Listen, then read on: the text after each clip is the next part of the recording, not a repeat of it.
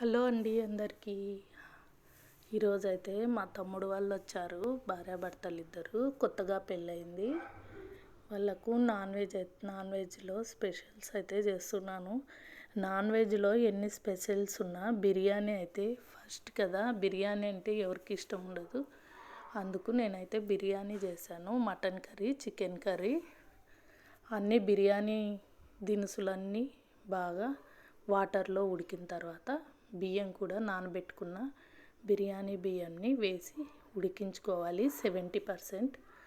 అలా ఉడికిన బియ్యాన్ని తిరువాతలో వేసేసుకోవాలి. అల్లం వెల్లుల్లి పేస్టు, ఆయిల్ కొంచెం వేసుకున్న ఆయిల్లో ఉడికించిన తర్వాత అందులోనే ఎగ్స్ వేపుకొని పక్కకు పెట్టుకోవాలి. ఈ బిర్యానీ రైస్ అంతా వేసేసుకొని ఆనియన్స్ వేపుకున్నవి పక్కకు పెట్టేసి దీంట్లో కలిపేసుకోవాలి.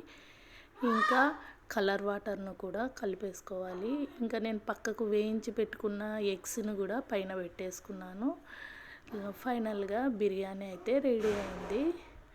ఇక మేమైతే ఈ బిర్యానీని టేస్ట్ చేయాలి. వీడియో అంతే అండి. లైక్ చేయండి, షేర్ చేయండి, సబ్స్క్రైబ్ చేయండి.